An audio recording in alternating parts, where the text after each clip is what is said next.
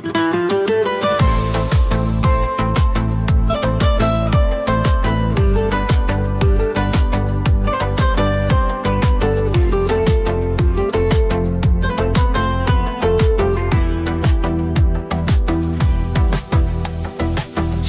anam, damarda kanım anam, cennet ayaklarındadır gülistanım anam. Sensiz dözmez ürey, Allah ayırmasın. Kederin zulmet ile geçer sensiz anım anam. Şöhretin şanım anam, benim atsanım anam. Ne kadar dikanlar bitip belə gülşenlerinde. Sen ki bir ömrü feda eylemişsen övladına. Ne kadar azap gizlenip saçının denlerinde. En güzel hanımam, cennet hurisi sen. Senin ettiğin dualarla her şey çattı başım. Elini semaya aç, sen mene dualar et. Men emin dualarla yol dolaşım, dağlar aşım.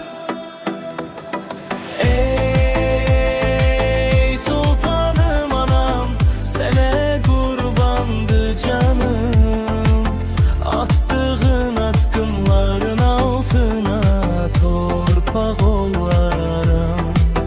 Ne kadar kocarsam da ölümüne hazır değilim. Bir gün ölsen eğer ben nice sağ olarım. Sabahımdanım anam, ey benim dan ulduzum. Seninle olur sabah, seninle güneş doğur. Bir can hayalımdan ötse senin son nefesin. Emin zaman boğazda geher düğünlenir boğur. Derde dermanım anam, ne olar tez gitme. Ben seni kollarımda gezdirerem, of demerem. O yemeklerde senin ellerinin etri yoksa ne yakın dayanmaram, ne de hiç vakti yemerem.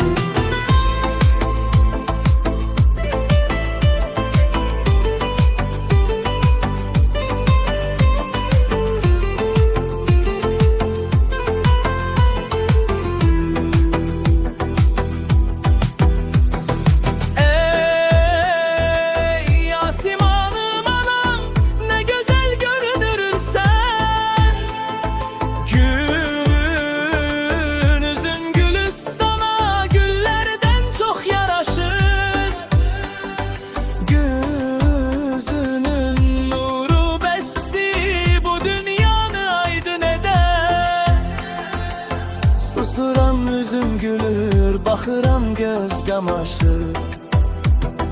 Ey benim canım anam, damarda kanım anam. Cennet ayaklarındadır gülistanım anam. Sensiz dözmez ürey, Allah ayırmasın. Kederin zulmetiyle geçer sensiz anım anam.